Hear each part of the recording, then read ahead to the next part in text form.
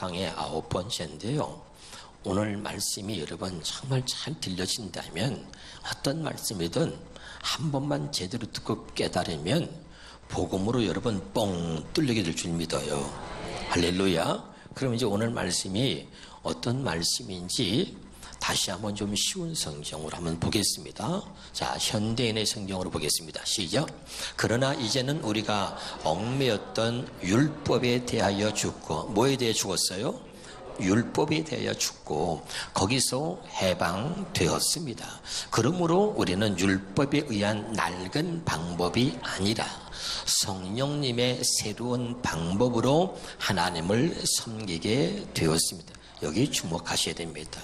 오늘 말씀의 제목은 율법에서 벗어나야 삽니다. 답사, 율법에서 벗어나야 삽니다. 아멘. 그럼 오늘 말씀에 율법에 의한 낡은 방법이 아니라 성령님의 새로운 방법으로 하나님을 섬기게 되었습니다. 이 말은 뭐냐면 율법 첫째 것이죠. 첫째 것으로 이제 사는 것이 아니라 둘째 것, 성령님의 새로운 방법, 복음으로 둘째 것으로 하나님을 섬기며 살게 되었다는 이야기입니다. 무슨 말씀인지 아시겠죠? 그래서 히브리서 10장 9절 10절에 그 후에 말씀하시기를 보시옵소서 내가 하나님의 뜻을 행하러 왔나이다. 그 하나님의 뜻이 뭐야? 첫째 것을 폐하심은 둘째 것을 세우려 하심이고 이 뜻을 따라 첫째 것을 폐하고 둘째 것을 세우려고 하는 하나님의 뜻을 따라 예수님이 죽으셨다는 얘기죠. 그럼 요거를 다시 아까 본문 현대인의 성경으로 바꿔서 본다면 자, 율법에 의한 낡은 방법이 아니라 첫째 것이 아니라는 얘기입니다. 둘째 것, 성령님의 새로운 방법으로 하나님을 섬기게 하시려고 예수님이 오셨다 이 말입니다. 이것이 하나님의 뜻이란 말이죠. 그래서 예수님은 하나님의 뜻을 행하러 오셨는데 하나님의 뜻이 뭐냐면 율법에 의한 낡은 방법으로 사는 것이 아니라 성령님의 새로운 방법으로 우리를 살게 하시는 것이 하나님의 뜻이다. 이것을 히브리서에서는 첫째 것을 폐하고 둘째 것을 세운다는 표현을 하고 있는 것입니다. 어렵지 않죠? 할렐루야. 오늘 말씀을 잘 들으면 여러분에게 놀라운 은혜가 있을 줄로 믿습니다. 그러면 율법에서 벗어나야 산다는 말은 첫째로 율법의 저주에서 벗어나야 산다 이런 뜻입니다. 다시 뭐라고요? 율법의 저주에서 벗어나야 산다. 율법을 지켜서 구원받으려고 하는 모든 사람은 저주 아래 있다고 성경이 말하고 있는 거예요. 다시 갈라디아 3장 10절입니다. 시작. 무릇 율법의 행위에 속한 자들은 저주 아래 있나니 기록된 바 누구든지 율법책에 기록된 대로 모든 일을 항상 행하지 아니하는 자는 저주 아래에 있는 자라 하였습니다. 13절에 자 그리스도께서 우리를 위하여 저주를 받은 바 되사 율법의 저주에서 우리를 속량하셨으니 기록된 바 나무에 달린 자마다 저주 아래에 있는 자라 하였습니다. 여러분이 조금 더 깨닫고 이해를 편하게 하시게 하도록 하기 위해서 현대인의 성경으로 한 번 더 보겠습니다. 시작. 율법을 지켜서 구원받으려는 사람은 모두 저주 아래에 있는 것입니다. 잘 들으세요. 율법을 지켜서 말씀을 지켜서 11조를 해서 구원받는 게 아닙니다. 아멘. 그러니까 율법을 지켜서 구원받으려는 사람은 모두 저주 아래에 있습니다. 그것은 율법책에 기록된 모든 것을 항상 지키지 않는 사람은 누구든지 저주를 받을 것이다 라고 성경에 기록되어 있기 때문입니다. 13절에 그리스도께서는 우리를 위해 십자가에 달려 저주를 받으심으로 우리를 뭐라고요? 율법의 저주에서 구해 주셨습니다. 믿으면 아멘. 그러니까 다시 말하면 첫째 거로 살면 안 된다는 거예요. 다시는 율법으로 살면 안 된다는 이야기입니다. 아멘이죠? 그러니까 율법에서 벗어난다는 이야기는 율법의 저주에서 우리를 벗어나게 하셨다 이 말입니다. 할렐루야. 그래서 오늘 말씀을 잘 깨달으셔야 되는데, 자, 한번 갈라디아서 3장 14절에 그러면 우리를 율법의 저주에서 구해 주셨는데 왜 그런가? 시작. 이것은 그리스도 예수님 안에서 이방인들도 아브라함의 복을 받고 우리도 믿음으로 약속된 성령을 받도록. 다시요. 왜 우리를 율법의 저주에서 구원하셨어요? 그 다음에 믿음으로 약속된 성령을 받도록 하기 위해서. 이게 중요합니다. 다시 그럼 이어서 보겠습니다. 갈라디아 3장 13절 14절 이어서 현대인의 성경으로 시작. 그리스도께서 우리를 위에 십자가에 달려 저주를 받으심으로 우리를 율법의 저주에서 구해 주셨습니다. 왜? 그 다음에 14절 왜? 이것은 그리스도 예수님 안에서 이방인들도 아브라함의 복을 받고 우리도 믿음으로 약속된 성령을 받도록 하기 위한 것입니다. 아멘이죠? 할렐루야. 이해가 되나요 지금요? 왜 성령을 받도록? 다시 우리 오늘 본문의 현대인의 성경으로 가봅시다. 본문 시작. 그러나 이제는 우리가 얽매였던 율법에 대하여 죽고 거기서 해방되었습니다. 그러므로 우리는 율법에 의한 낡은 방법이 아니라 그 다음에 성령님의 새로운 방법을 하나님을 섬기게 되었습니다. 그래서 율법의 저주에서 우리를 벗어나게 하시려고 예수님이 저주받아 죽으신 거예요. 우리를 위해서. 할렐루야. 왜 그랬다 그랬죠? 믿음으로 약속된 성령을 받게 하시려고. 왜? 그래서 우리로 하여금 이제는 성령님의 새로운 방법으로 살게 하시려고. 믿으면 아멘. 너무너무 중요한 얘기를 하고 있는 거죠. 깨달으시기를 주의 이름으로 축원합니다. 그래서 다시 한번 에베소서 2장 15절에 보면 원수된 것 곧 율법에 속한 계명의 율법을 자기 육체로 폐했다 이 말입니다. 이 말은 뭐죠? 한번 따라합시다. 더 이상 육신을 가지고 율법을 지켜서 구원받으려고 하면 안 됩니다. 예수님이 육체로 율법을 폐하셨다는 이야기는 이제 우리가 갖고 있는 육신의 노력을 가지고 말씀을 지켜서 구원받으려고 하는 모습을 예수님께서 십자가에 못 박았다 이 말입니다.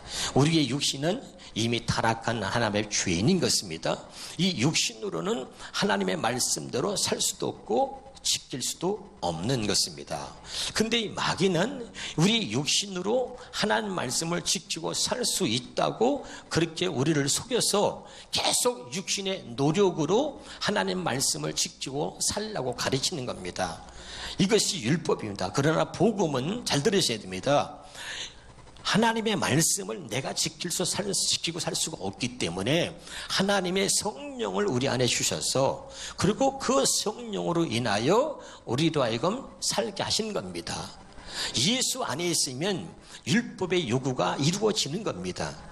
내가 여러분 얘기했습니다. 믿음은 믿으려고 노력하거나 믿음은 노력해서 믿는 것이 아닙니다. 시작. 믿음은 믿으려고 노력하는 것이 아니고 믿음은 노력해서 믿는 것이 아닙니다. 근데 우리는 노력을 가르치는 거죠. 노력하면 너도 잘할 수 있어. 노력하면 말씀을 지킬 수 있어. 그리고 사람들이 신앙이 떨어지면 노력을 합니다. 노력을 막 하면 이제 믿음이 생긴 것 같습니다. 그러다가 노력이 중단되거나 노력이 부족하면 또 믿음이 떨어지는 거죠.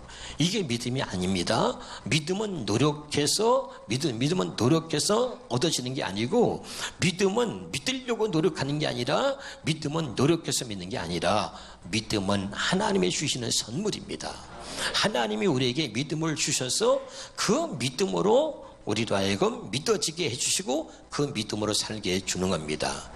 아멘이죠. 그러니까 내가 말씀을 지키려고 아무리 노력해도 말씀을 지킬 수 없는데 우리가 예수 안에 들어가면 성령이 우리 안에 오시면 그냥 성령의 인도하심에 따라 우리가 살게 되면 그냥 율법의 요구가 이루어지는 것입니다.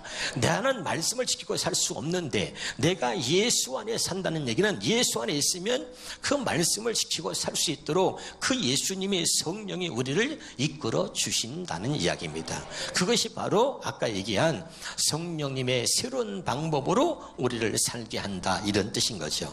무슨 말인지 이해가 되나요? 굉장히 중요한 오늘 이 복음을 여러분이 깨닫고 알아야 됩니다. 할렐루야. 지금 여기까지 여러분에게 말씀을 드리고 설명한 것도요, 누구도 이렇게 이 말씀을 가지고 설명할 수가 거의 없습니다. 그러니까 오늘 이 말씀을 여러분이 잘 듣고 깨달으면 정말 여러분에게 놀라운 하나님의 은혜가 임할 줄로 믿습니다. 할렐루야. 그래서 믿음으로 약속된 성령을 받아서 그리고 우리로 하여금 둘째 것 복음으로 살게 하시려고 하신다 이 말입니다. 할렐루야. 그래서 우리를 율법의 저주에서 벗어나게 하셨다. 갈라디아 3장 25절부터 23절부터 보겠습니다. 시작. 믿음의 때가 오기 전에는 우리가 죄의 포로가 되어 믿음이 계시될 때까지 갇혀 있었습니다. 믿음의 때가 오기 전에 그랬다. 율법에 갇혀 있었다는 얘기입니다. 24절. 그래서 율법은 우리를 그리스도에게로 인도하는 가정교사의 구실을 하여, 율법은 그 율법을 지키고 우리가 살라고 한 것이 아니고 율법은 우리를 예수님께로 인도하는 가정교사 구실을 하는 겁니다. 우리가 믿음으로 의롭다는 인정을 받도록 하였습니다. 자, 25절입니다. 시작. 믿음의 시대가 왔으므로 이제는 우리가 율법 아래 있지 않습니다. 아멘. 다시 율법 아래 있는 자는 저주 아래 있다는 거예요. 잘 기억하셔야 됩니다. 자, 그래서 누가복음 16장 16절에도 시작. 율법과 선지자는 요한의 때까지로 끝났다 그랬죠. 그 후부터 예수님이 오셨으니까 그 후부터는 하나님 나라의 복음이 전파돼요. 뭐가 전파돼요? 복음이 전파되어, 율법이 아니라 복음이 전파되어, 첫 번째 것이 아니라 두 번째 것이 이제 전파되어서 사람마다 그리로 복음으로 들어간다 이 말입니다. 깨달을 수 있기를 주 이름으로 축원합니다. 할렐루야. 이제 믿음의 시대가 왔다. 그래서 이제는 우리가 율법 아래 있지 않다는 것을 아셔야 돼요. 아멘이죠? 다시 오늘 말씀의 제목이 뭡니까? 율법에서 벗어나야 사는 것입니다. 율법에서 벗어난다는 이야기는 첫째, 율법의 저주에서 벗어나야 된다는 것입니다. 어떻게 벗어나느냐? 오늘 지금까지 말씀을 드렸습니다. 아멘. 이걸 모르기 때문에 교회를 다녀도 왜 달라지지 않고 왜 변화되지 않느냐 말이죠. 왜 나는 여전히 그 모양이냐? 아직도 율법에 젖어 사는 거예요. 우리가 아직도 율법 아래 갇혀 있는 것입니다. 이제 여러분 율법을 벗어 던지고, 그리고 이제는 믿음의 시대가 왔으니까 우리 율법 아래 있어서는 안 되는 것입니다. 깨달으시길 주 이름으로 축원합니다. 두 번째로 율법에서 벗어난다는 이야기는 죄에서 벗어난다는 이야기입니다. 아멘이죠? 다시 율법에서 벗어난다는 얘기는 뭐라고요? 죄에서 벗어난다는 얘기입니다. 로마서 3장 20절입니다. 시작. 그러므로 율법의 행위로 그의 앞에 의롭다 하심을 얻을 육체가 없나니 율법으로는 죄를 깨달음이다. 율법으로는 죄를 깨달아. 자, 7장 13절에 시작. 그런즉 선한 것이 내게 사망이 되었느냐? 그럴 수 없느니라. 오직 죄가 죄로 드러나기 위하여 선한 그것으로 말미암아 나를 죽게 만들었으니 이는 계명으로 말미암아. 계명이 뭐죠? 율법. 다시 이는 율법으로 말미암아 죄로 심히 죄되게 하려 함이라.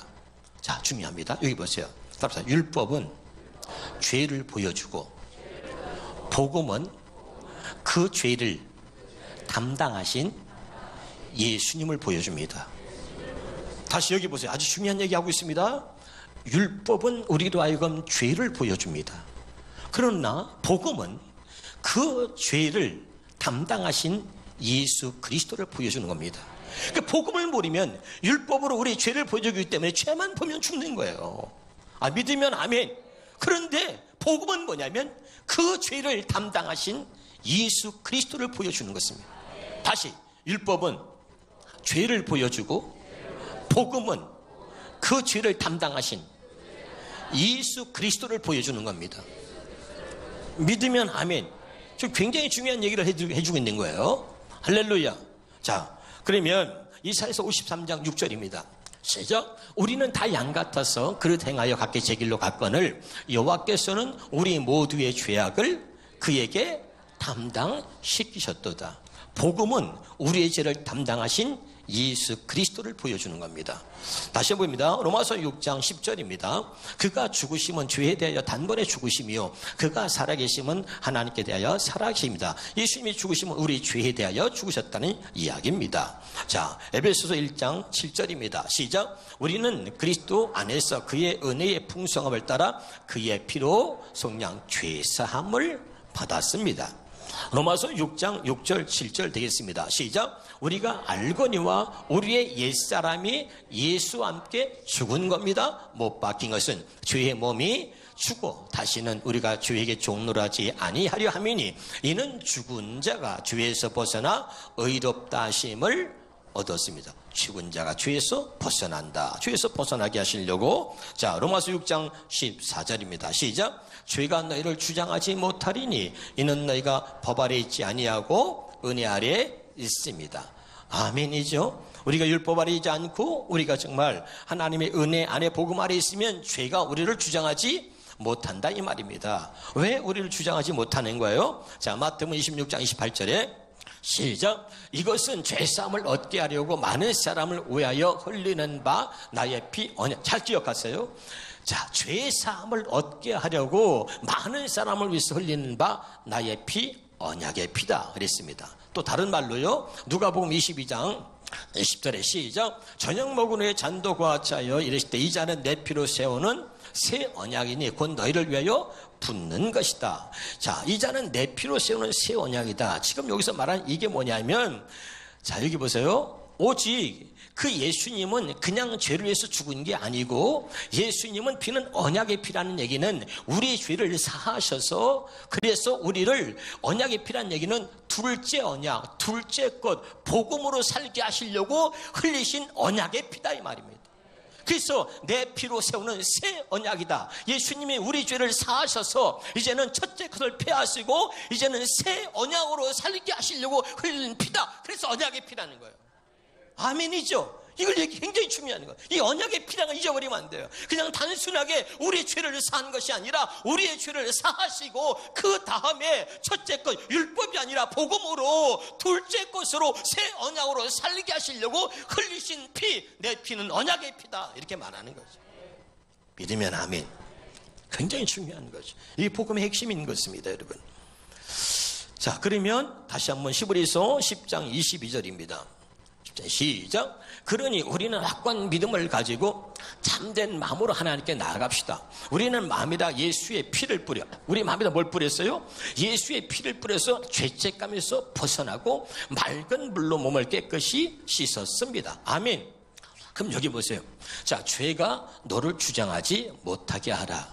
죄가 우리를 주장하지 못하게 하려면 어떻게 돼요? 예수님의 피는 언약의 피라 그랬습니다. 그래서 우리의 죄를 사하시고 우리를 둘째 것으로 살게 하시려고 흘린 언약의 피라 이 말입니다. 그 언약의 피가 우리 마음에 뿌려지면 죄가 우리를 주장하지 못한다 이 말입니다. 아멘이죠.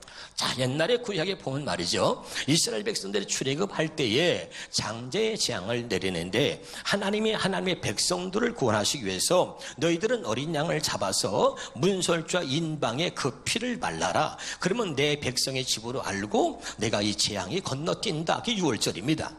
안 믿으면 아멘. 그러니까 여러분 우리는 우리 속을 몰라요. 그런데 마귀는 하나님은 마귀도 영물이기 때문에 우리 속을 아는 거야. 그래서 마귀가 죄를 가지고 너는 내 거야. 너는 죄의 종이야. 너는 내 종이야 임마. 그리고 죄를 주장할 때 여러분 마음에 피가 예수의 피가 딱 뿌려져 있으면 그 마귀가 우리를 자기 종으로 자기 것으로 주장하지 못한다 이 말이죠. 이해가 됩니까? 그 피를 보낸 거예요. 그래서 여러분 이 구원이라고 하는 것은 사람이 주는 게 아니라 전적인 하나님의 고유 사역인 것입니다.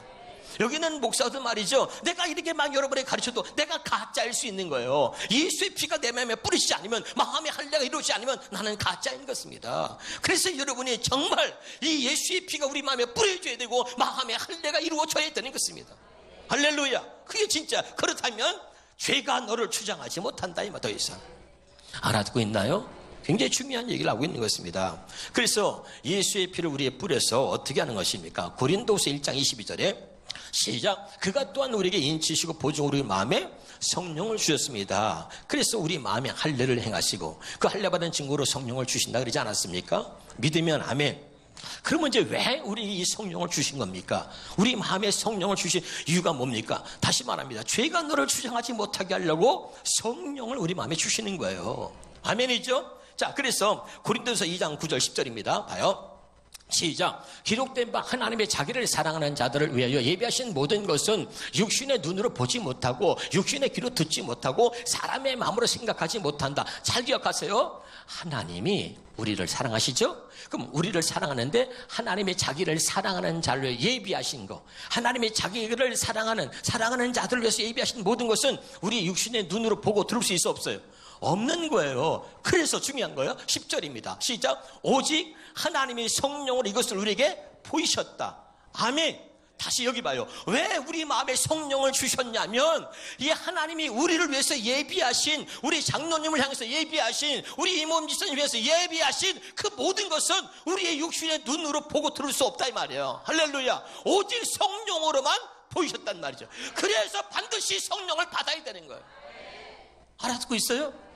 그렇지 않으면 신앙생활 할 수가 없어. 오직 성령으로만 보여주셨기 때문에 이건 마귀도 몰라. 그래서 오직 하나님이 사랑하는 자들에게는 성령으로 나를 얼마나 사랑하셨는지, 나를 위해서 예비하신 모든 것을 성령으로만 보여주셔. 그래서 성령을 받아야 되는 거예요. 우리 마음에 그래서 성령을 주신 거야.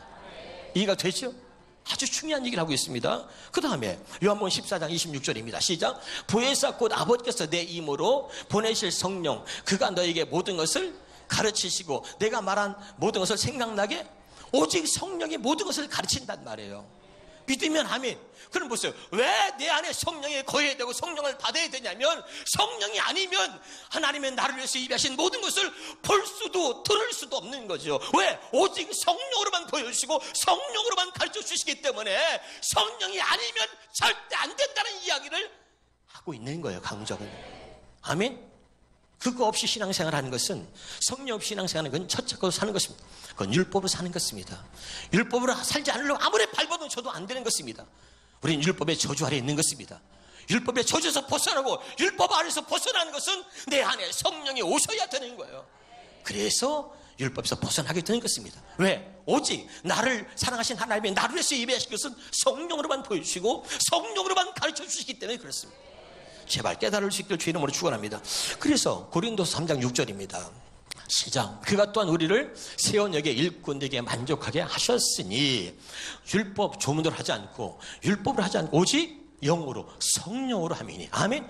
오직 성령으로 새 언약의 일꾼에게 만족하게 하셨다 예수님이. 그래서 오직 율법의 조문으로, 율법으로 하지 않고 율법을 살지 않고 오직 성령의 가르침, 성령으로만 보여주신다는 얘기죠. 할렐루야. 그래서 율법 조문은 죽이는 것이요, 율법은 우리를 죽이는 것입니다. 그런데 영은 오직 성령에 보여주고 성령에 가르쳐 주실 때만 우리가 하나님 앞에서 살게 된다 이 말이죠. 깨달을 수 있길 주의 이름으로 축원합니다.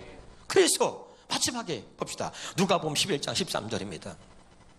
어떻게 하느냐. 시작. 너희가 악할지라도 좋은 것을 자식에게 줄 알거든 하물며 너희 하늘 아버지께서 구하는 자에게 성령을 주시지 않겠느냐 하시니라. 어떤 사람은 성령 받았는데 뭘 또 성령을 구하냐. 오늘 이 말들을 잘 들으셔야 됩니다. 구하는 자에게 성령을 주지 않겠느냐, 이걸 바꿔서 말하면 하나님께서 해보세요. 수하는 자에게 성령을 주지 않겠냐, 이 말은 성령을 구해야 된다는 얘기입니다. 이해가 되죠? 그 성령을 그러면 구하는 자에게 성령을 주지 않겠느냐, 이 말은 성령을 구할 때 하나님의 성령으로 우리를 이끌어 주신다는 얘기예요. 어려운가요? 다시 해볼게요. 성령 받았는데 뭘 성령을 구하나, 이게 아니고 내 안에 성령이 계시죠?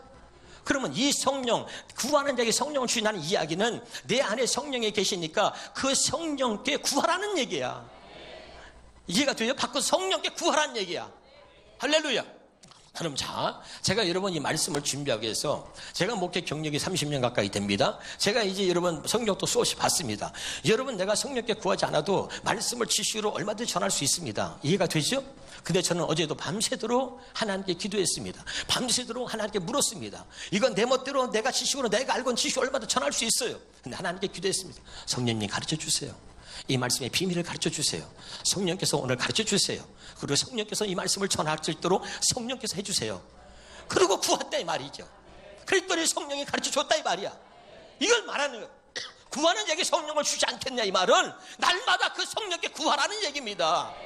하나님의 그 뜻이 무엇인지. 근데 우리는 그게 안 돼. 날마다 구하네요. 날마다 그분의 뜻이 어디 있는지 아버지 가르쳐 주세요. 아버지 가르쳐 주세요.